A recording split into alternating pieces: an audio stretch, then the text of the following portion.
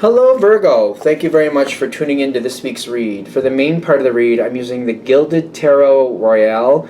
I have the other deck, but I think this is the updated version. There's a little bit more detail to some of the cards, I think, and some of them are a little different. It's by Ciro Marchetti and text by Barbara Moore, if you're interested. There's a website here at the bottom, llewellyn.com. I believe also that usgamesinc.com has Ciro Marchetti stuff, so if you're interested, feel free to check any of that stuff out. Supportive oracle cards are Spellcasting Oracle cards by Flavia, Barbara, and Lizbeth. There are their full names if you're interested. On the back here are some websites. I noticed She Who Is Art a lot, but if there's anything else there you want to check out, feel free to freeze frame and check out what you like. All right. What do we have for Virgo? Virgo. Oh, that's curious energy for you. You got some fire like bubbling around here. Are we feeling bubbly? Are we feeling bubbly? All right, this bottom card. This bottom card. Where do you belong? It's face down. That's where you belong. Okay. Face down. I don't know what it is yet, but we'll find out.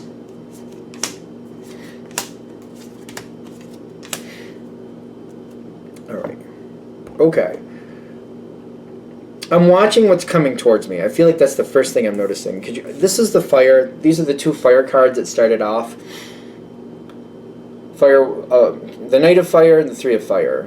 What is it in this deck? Wands, wands, fire, wands. Same difference. Rods. You can even say if you wanted to.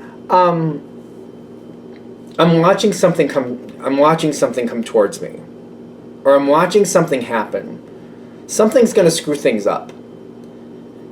This is why you're moving quickly. This makes sense to me completely.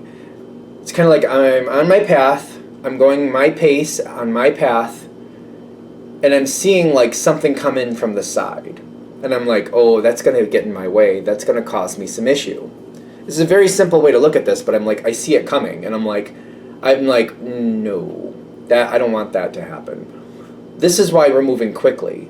We're making quick decisions. We're moving fast to avert that from getting in my way later. Because it's like if that shows up down there, it's kind of like I'm going down this path and this is runaway wagon. And I was like, if that hits the path in front of me, that's going to block me off. I'm going to have to deal with that stupid wagon. And I don't want to. So I'm making quick movements. Are you calling in other people? I don't know. I'm seeing something like I see it's going to be a problem. I'm moving quickly to change my plans to like either get around it or to cut it off or to get it to stop. Something. I'm addressing it quickly because I'm like, no. I'm not having that problem later. So this is something where I feel like I need to move quickly if I don't want that to be an issue later. Seems easy enough. I'm getting the poor me thing going on here. This is everything that's not working with the situation. The healing came in twice. That should happen, but is not happening. There should be healing in this situation. It's not happening. I don't think that's under your control. It's kind of like if somebody has a behavior that's counterproductive, toxic even if we want to go there, they have to want to change that behavior. You can stand up for yourself, have boundaries, not put up with it as far as you go. Kind of like I'm not going to deal with that. I'm not going to say that's okay. I'm not going to allow that. I'm going to put boundaries. I'm not going to allow that here for your life. You can do that, but you can't get somebody to change a behavior, especially if it's a toxic behavior, unless they're committed to doing that themselves. I think this is something most people realize. I'm worried more that somebody's playing the poor me, and they're playing a weird game. Like they're pretending like they're healing. They're pretending like they understand. They're pretending like they're going through something so rough. And it's not that they're not going through something so rough, but they're not healing from it. They're making something worse. It's kind of like the house is falling down and they're acting like they're fixing it when they're actually like, taking out the support beams, if that makes sense. It's kind of like there's support beams in the house. If you damage the support beams, the whole thing could cave in if you're not careful. So instead of like actually fixing things, they're making it look like they're fixing things, but they're damaging the support beams. They're making it worse. They're literally making it worse. I feel like that analogy works. Hopefully it does. So be careful of this. The healing is, I'm getting the challenge is like, healing could happen here, but it's not. I feel like somebody's playing it. Somebody's playing it like they know what's going on, they're going through something difficult, and they're healing from it. They going through something difficult might be the only thing that actually makes sense there, because they don't understand what they're doing and they're not actually healing from it, but they might be trying to play you. So be careful with that. Be careful. See it for what it's worth. You know what I mean? See it for what it's worth. Yeah, because I keep getting like, I also get this Hanged Man, like things are not advancing, but they might not be changing either. It's kind of like, I just want to keep going the way I'm going. There's toxic behavior that they're just trying to like secure that toxic behavior. They want to keep the situation, fortified where they can keep doing their toxic behavior and they can do it the way they want to. They can keep treating somebody badly. It's like when somebody uses like backhanded compliments a lot, or like, but maybe they feel bad about themselves and they keep comparing like, I can't I can't carry a tune in a bucket, neither can you. Like they do that type of thing. Like I suck at life and so don't you, or I can barely write my name and you can't even read what you write. So they might be one of those things where they're self-deprecating and they keep you like, I can't do it and neither can you. They might keep doing that. Be looking out for that too. That's toxic. That's not good. If they play that game where like, oh, I'm not really good at things and neither are you thing. Like there's a lot of ways that can go, but keep an eye out for that. That's bad. That's toxic. Don't put up with that. Even if you for some reason believe it, if they constantly keep reminding you that's still toxic behavior, it's harder for you to break out of that pattern. And it's like, for example, maybe it's singing. Because I feel like, singing is something that can be a difficult thing to do. Maybe some people can do it but need a lot of training. Other people, it's not really often that people can just naturally do it, in my opinion, where they just don't need any training. But the point is, if they're like, I can't sing and neither can you. I can't carry a tune in a bucket and you sound like a cat in heat. Maybe you can sing, but you're never going to find out if you keep getting this reiterating energy. I don't know. I feel like it goes a lot of different ways. Sometimes people do that with math, I notice too. That people are like, I'm bad with math and you're really bad with math. And if you constantly are in that energy, you're never going to give yourself a chance. Even if you have a success with math, this person's going to knock you down and you're going to think it didn't happen, or you're going to forget that you did well with it. Be aware of that. Is there something else with that? Like, I feel like they're trying to like point out this energy, kind of like they're hoping you see it. Because somebody, like, it's almost like I'm questioning if somebody seems to be a friend, but they're not really.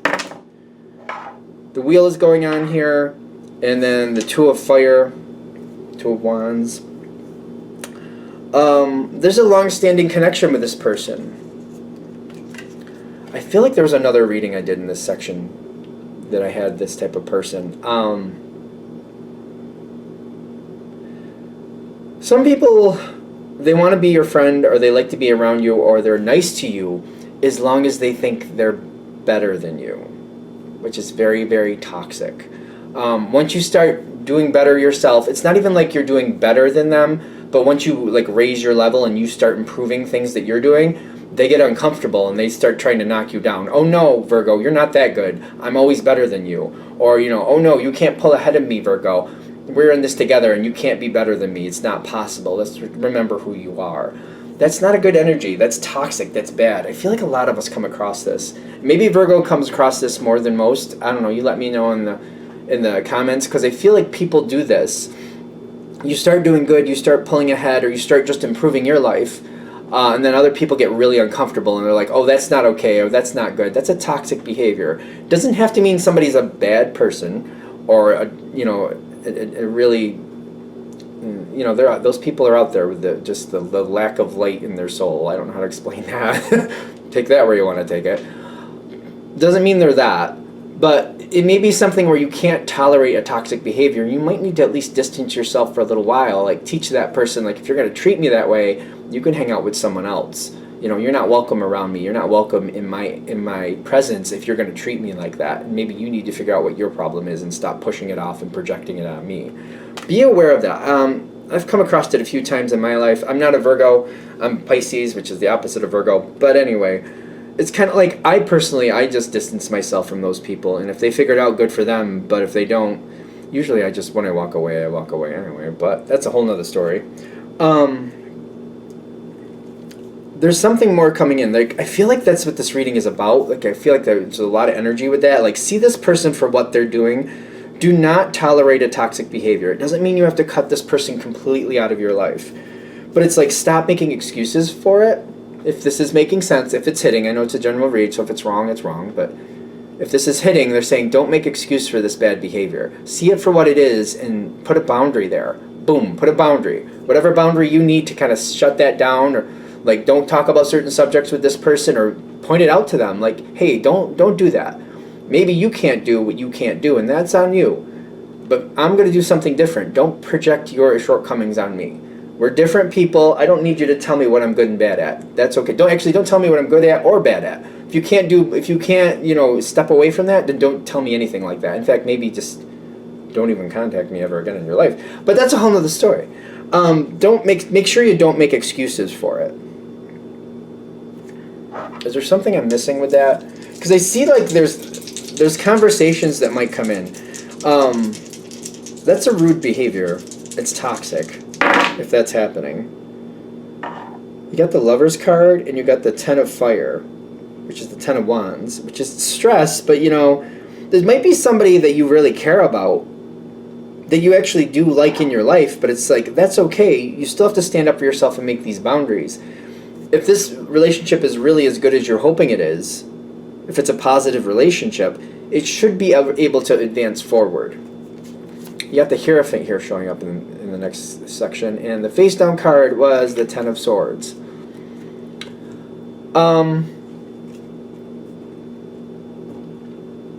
If you can create this boundary where you're not allowing this person to treat you this way, it's extremely good for you. And I know that Ten of Swords is there, but I get like you might be breaking a pattern for them, and you might be like showing them like, hey, you're doing something that's not good for either of us, and I'm not going to put up with it anymore. So if you want to do that bad behavior, do it on your own or do it with somebody else. It's going to shock them. It's going to upset their whole system, and it may really kind of jar them enough that they could have some progress. Because I see like there's going to be thought here. Be careful of this. It's a slippery slope. I feel like they're going to try to rationalize what they've been doing and how they feel and all this other stuff. Keep that boundary. Don't let them project onto you. Address it and fix it, but don't let them say, well, Virgo, you this, and Virgo, you that. Don't let them do that. Don't let them project like this is this is a you problem, Virgo. This isn't a me problem. No, it is a you problem, person. It's not a Virgo problem. I'm getting, for a lot of you, you might want to distance yourself for a little while within respect to the situation. If you're able to distance yourself from whoever this is, if this is like somebody in your life, you're like, oh yeah, they do that. But maybe you do care about them. I'm getting, because the Lover's card came in with the Ten of Wands, there seems to be a strong bond there. You do care about them, but they do have some toxic behaviors.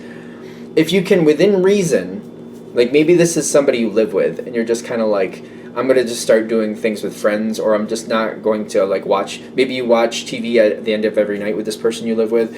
I'm going to stop watching TV. I'm going to actually do a project. I'm going to, start reading this book, or they can go watch TV. I'm going to go do something else. And I'm going to tell them, because of this behavior, I just don't want to do that for a while. And I'm going to just distance myself from that. If this is somebody you work with, it depends if you have to work like directly with them. Just take away the personal connection for a while.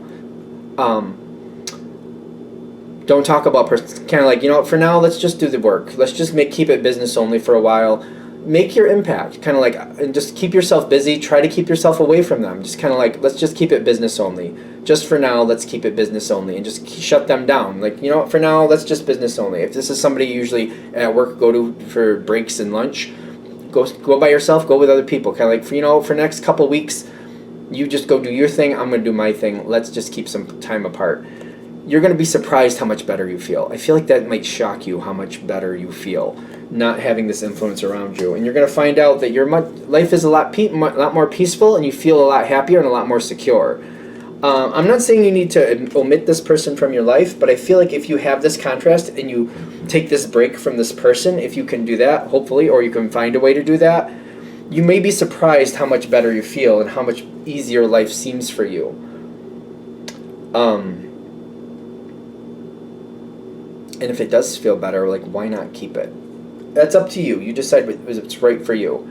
Or, I don't know. It might just, I feel like it might highlight, the value of this person in your life and what they're really doing in your life. And maybe it's time to reconstruct this relationship. It either has to be fixed or has to go away. I keep saying it, and I'm trying not to, I don't know. I feel like this might be one of those things. Take some time away, get a break, like a 2-week break from this person, see how you feel, and then it might be kind of like, well, if we can't fix it, then maybe we should forget it. It might be that. It might be.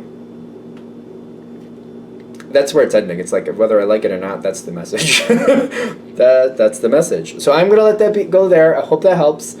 Thank you for watching. If you'd like a direct reading from me, shoot me an email, jamesforastral@gmail.com. That's James, the number 4, astral@gmail.com.